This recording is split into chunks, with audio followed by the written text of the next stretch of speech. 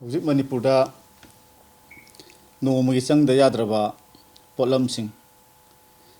ꯍꯥꯏꯔꯤꯕꯁꯤꯡꯁꯤꯗ ꯃꯅꯤꯄꯨꯔ ꯁꯔꯀꯥꯔꯅ ꯀꯗꯥꯏ ꯐꯥꯎꯕ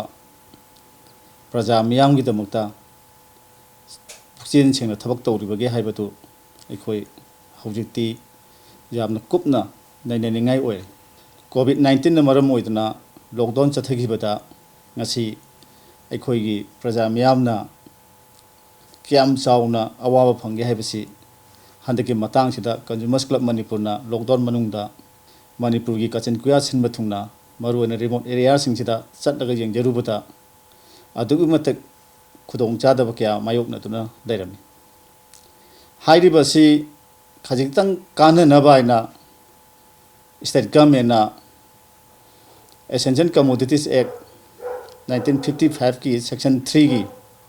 ꯃꯈꯥꯗ ꯄ꯭ꯔꯥꯏꯁ ꯐꯤꯛꯁꯦꯁꯟ ꯀꯃꯤꯇꯤ ꯁꯦꯝꯗꯅ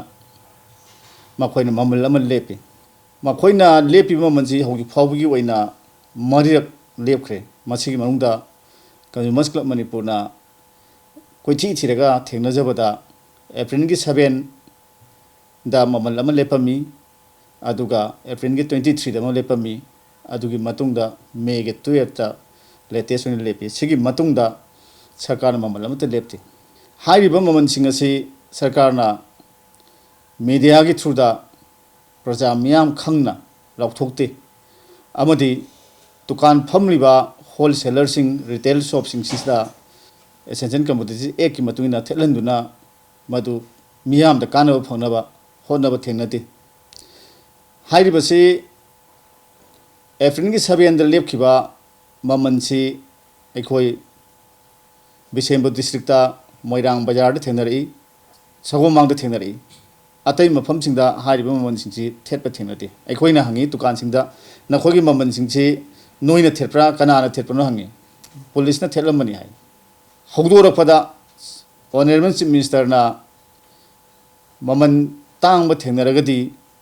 ꯃꯃꯜ ꯍꯦꯟꯅ ꯌꯣꯜꯂꯝꯕ ꯊꯦꯡꯅꯔꯒꯗꯤ ꯄꯨꯂꯤꯁꯇ ꯑꯃꯗꯤ ꯗꯤꯁꯇ꯭ꯔꯤꯛ ꯑꯦꯗꯃꯤꯅꯤꯁꯇ꯭ꯔꯦꯁꯟꯗ ꯄꯥꯎ ꯄꯤꯌꯨ ꯍꯥꯏꯗꯅ ꯃꯃꯜ ꯍꯦꯟꯅ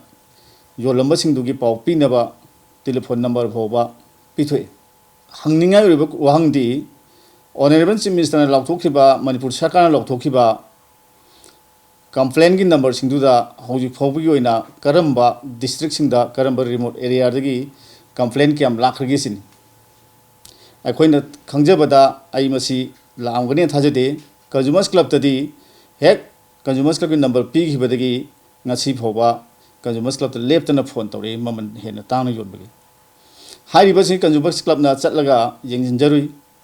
ꯑꯗꯨꯕꯨ ꯂꯥꯏꯕꯛ ꯊꯤꯕꯗꯤ ꯑꯩꯅ ꯃꯃꯥꯡꯗ ꯍꯥꯏꯖꯈꯤꯕꯗꯣ ꯔꯤꯃꯣꯠ ꯑꯦꯔꯤꯌꯥꯁꯤꯡꯁꯤꯗ ꯃꯃꯜꯁꯤꯡꯁꯤ ꯍꯦꯟꯅ ꯂꯩꯔꯝꯕꯗꯨꯅꯤ꯫ ꯃꯁꯤ ꯀꯔꯝꯅ ꯃꯃꯜ ꯂꯦꯞꯀꯦ ꯍꯥꯏꯕꯁꯤ ꯀꯨꯞꯅ ꯑꯃꯨꯛ ꯌꯦꯡꯁꯤꯜꯂꯨꯔꯀꯥꯟꯗꯗꯤ ꯁ꯭ꯇꯦꯠ ꯒꯚꯔꯟꯃꯦꯟꯠꯅ ꯂꯦꯞꯄꯤꯕ ꯃꯃꯜꯁꯤ ꯑꯩꯈꯣꯏ ꯀꯦꯞ ꯑꯦꯟ ꯄꯤ ꯇꯤꯅ ꯂꯦꯞꯄꯤ꯫ ꯀꯦꯞ ꯑꯦꯟ ꯄꯤ ꯇꯤꯅ ꯂꯦꯞꯄ ꯃꯃꯜꯁꯤ ꯃꯈꯣꯏꯅ ꯏꯝꯐꯥꯜ ꯏꯁ, ꯏꯝꯐꯥꯜ ꯋꯦꯁ, ꯊꯧꯕꯥꯜ, ꯀꯛꯆꯤꯡ, ꯕꯤꯁꯦꯝꯄꯨꯔ, ꯆꯨꯔꯆꯥꯟꯄꯨꯔ, ꯐꯦꯔꯖꯣꯟ ꯑꯅ ꯑꯅꯧꯕ ꯑꯃ ꯗꯤꯁꯇ꯭ꯔꯤꯛ ꯑꯃ ꯂꯩꯕꯁꯤ, ꯍꯥꯏꯔꯤꯕ ꯗꯤꯁꯇ꯭ꯔꯤꯛ ꯈꯔ ꯈꯛꯇꯪꯁꯤꯗ ꯂꯦꯞꯄꯤ꯫ ꯏꯝꯐꯥꯜꯗ ꯂꯦꯞꯄꯤꯕ ꯃꯃꯜꯁꯤꯗ ꯑꯇꯣꯞꯄ ꯗꯤꯁꯇ꯭ꯔꯤꯛꯁꯤꯡ ꯊꯧꯕꯥꯜꯗ, ꯀꯛꯆꯤꯡꯗ, ꯕꯤꯁꯦꯝꯄꯨꯔꯗ, ꯆꯨꯔꯆꯥꯟꯄꯨꯔꯗ ꯍꯥꯏꯔꯤꯕ ꯃꯃꯜꯁꯤꯡꯁꯤꯗ ꯐꯪꯗꯦ꯫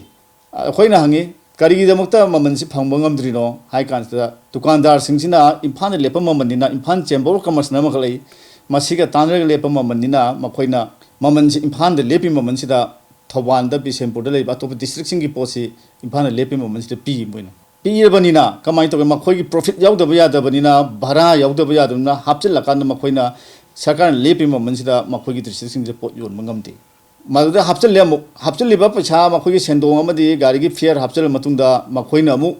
ꯃꯈꯣꯏꯒꯤ ꯗꯤꯁꯇ꯭ꯔꯤꯛꯇꯨꯒꯤ ꯃꯅꯨꯡꯗ ꯂꯩꯔꯤꯕ ꯔꯤꯃꯣꯠ ꯑꯦꯔꯤꯌꯥꯁꯤꯡꯁꯤꯗ, ꯀꯥꯆꯤꯟ ꯀꯣꯏꯌꯥꯗ ꯆꯪꯈꯤꯕꯁꯤꯡꯁꯤꯗ ꯑꯃꯨꯛ ꯄꯣꯠꯁꯤ ꯍꯣꯜꯁꯦꯜꯗ ꯑꯃꯨꯛ ꯊꯥꯔꯦ꯫ ꯍꯣꯜꯁꯦꯜꯗ ꯊꯥꯕꯗ ꯃꯈꯣꯏꯁꯨ ꯑꯃꯨꯛ ꯃꯈꯣꯏꯒꯤ ꯒꯥꯔꯤꯒꯤ ꯚꯔꯥ ꯑꯗꯒꯤ ꯃꯈꯣꯏꯒꯤ ꯁꯦꯟꯗꯣꯡ ꯌꯥꯎꯔꯒ ꯌꯣꯟꯕ ꯃꯇꯝꯗꯗꯤ ꯂꯨꯄꯥ 5 ꯄꯤꯕ ꯄꯣꯠꯇꯨ ꯂꯨꯄꯥ 10 ꯌꯣꯜꯂꯦ꯫ ꯁꯤꯅꯤ ꯍꯧꯖꯤꯛ ꯑꯩꯈꯣꯏꯗ ꯊꯦꯡꯅꯔꯤꯕ ꯑꯋꯥꯕꯁꯤ꯫ ꯍꯧꯖꯤꯛ ꯃꯅꯤꯄꯨꯔ ꯁꯔꯀꯥꯔꯅ ꯂꯦꯞꯄꯤꯕ ꯃꯃꯜ ꯈꯨꯂꯦꯞ ꯑꯁꯤꯗꯗꯤ ꯑꯩꯈꯣꯏ प्रजासिंदा थोइना कानब फंगने हैबगी वखनसी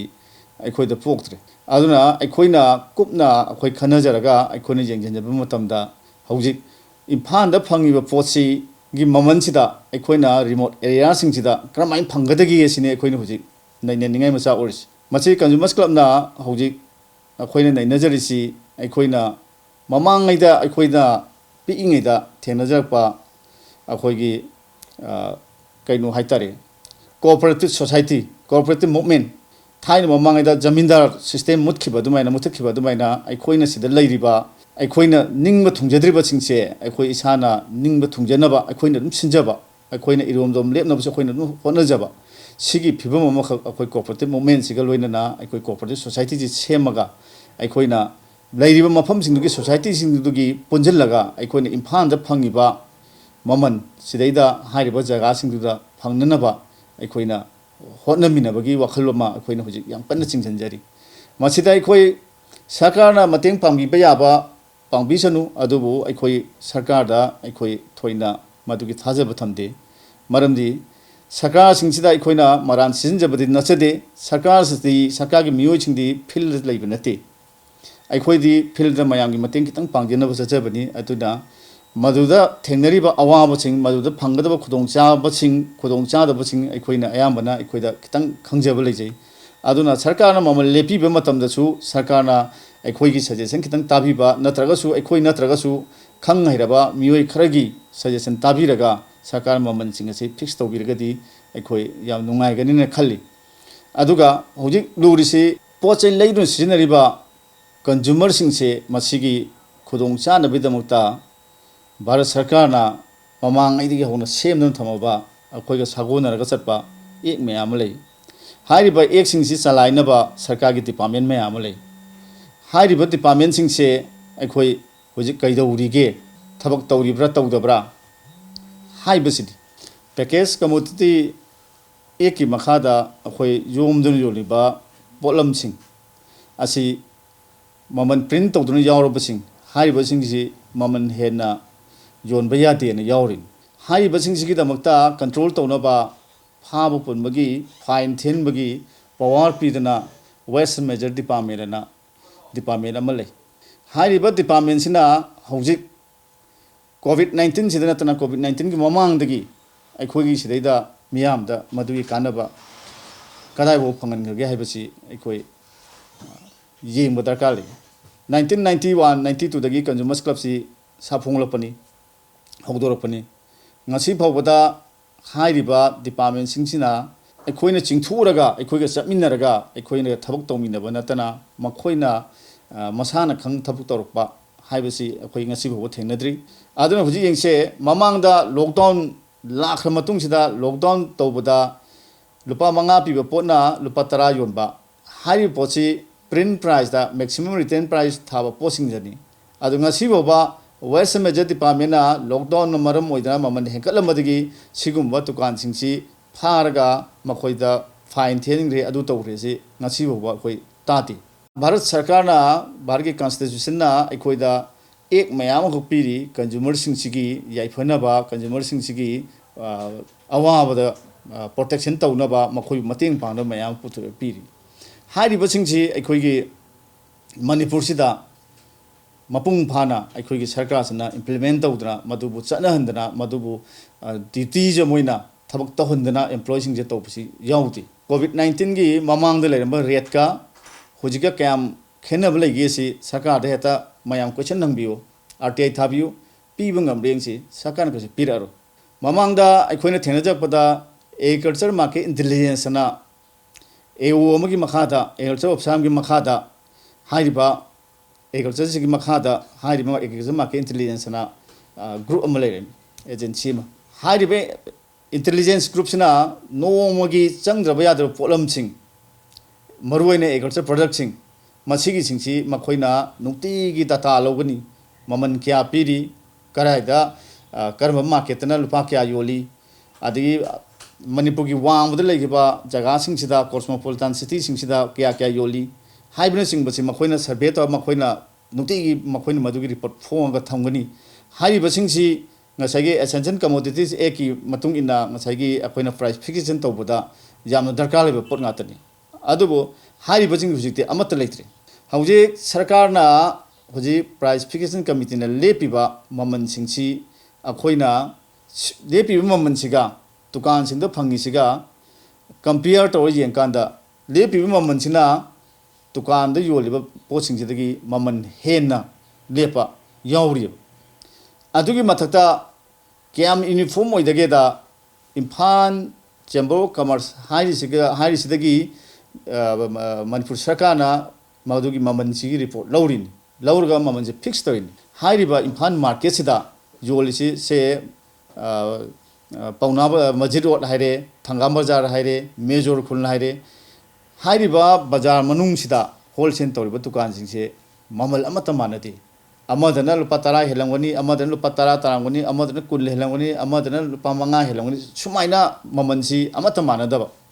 अदुगी मथक्ता दुकान सिंगसिदा होजिकी लेपिबा ममनसे मसी मी याम सिंगदुना पोट लेबा लापद उननब थेटकदबने आइसी कनामतना थेटबिने दुकान सिंगसिना अदु ओइरगदी अखोइना कंज्यूमर अखोइना तौगदोरिसी करिनो हाइबा इसा इथंद कोइसलमा खोइदा वाहंग अमा लाक्सरे अदुना अखोइदे हक्सि फंगदबा यादबनिना अइसे ममांग पंजगिबदो अखोइ कंज्यूमर मूवमेंट सिग लोइना अखोइ कोऑपरेटिव मूवमेंट अमा अखोइ मणिपुर दा सागतपा मथौ तारे मरमदी नोमगी चाखलपगी मतुंगिना पोचै सिंगसी मखन मखन क्यागी मखन मखा क्यागी पोचै सिंग पुथोरले अदगी अखोइगी सिदैदा पेडी फिल्ड सिंगसी मांगजलपन मरम मैदना अखोइ चाथोक लेरत्रे ममांगदा नुपी लान थोखिबदी अखोइ सिदगी चेंग चाक सिंग मपान थादोकपगी नुपी सिंग लाल होगिबनी अदुगा हौजिक थोइबा लानसिना अखोइ मपानदगी पोचै सिंगसी पुछलक्त्रे ब्लॉकेट तौरे स्ट्राइक तौरे बंद तौरे हाइबन सिंगबसिदगी मपानदगी पोचै सिंग अखोइदा फंगदबगी अवाबगी लानदुना अखोइ थेंनरिसिना लान अनजि खेनरिन मरम अदुना अखोइना हाइरिबा सिंगसे मसि ngathok chanabaidamakta अखोइना हुजिति कंज्यूमर मूवमेंट सिग लोइना अखोइ कोऑपरेटिव मूवमेंट अमा सागतना अखोइ खुदिमा पुन्ना हिमिननबा तंजा अमा लौ मथौ तारे हौजि जेंगसे मणिपुरदा अखोइगी चाथोकसि क्याम लैरिगे खरीफ हाइबमा रवि हाइबमा क्रॉप्स अनि लै हुजि क्रॉप्स अनि सिदा अखोइ सिदैदा क्रॉप्स अममदा अखोइ चाथोक प्याम फंगे मणिपुरदा पेडी फील्ड सिंगी एकर न क्याम लैरि पाक चौब क्याम लैरि पेडी फील्ड अयाम लोइना मांगरे अखोइगी पाक चौब क्याम लैरि सि अखोइ थीबदा अवाबम ओइरे मसि इकोनॉमिक स्टेटिस्टिक्स डिपार्टमेंट न पीबा रिपोर्ट तदी मसि यामना मांगरे अखोइगी पोसिंगसे अयाम स्कूल साजनखिबा अदगी गोडाउन साजनखिबा युम साजनखिबा मयामसिना अदि अखोइदा चाथोक मयामसि छु फंगक्तरेबा मसी फंगक्तगी मरम अमदी याम चाउंग लै मसीगी मरमदी करिनोदा अखोइ लुपा लिसिंग संगम ममदा लुपा लिसिंग कुन चंगना अखोइना इन्वेस्ट तौदना अखोइना लौ उरगा अखोइना फंगबदना लुपा लिसिंग 30 तुकी फौ फंगबा सिगुम्बसिना मरम मैदना लौमी सिंगसिगी इंटरेस्ट मांगपा सी मांगी बसिंगसी मांगदरमदमता भारत सरकारना हॉर्टिकल्चर अमदी एग्रीकल्चर की खुथांगदा मखोइना स्कीम मयाम पीरी लौमी सिंगदा पीरीबा स्कीम सिंगसी अखोइगी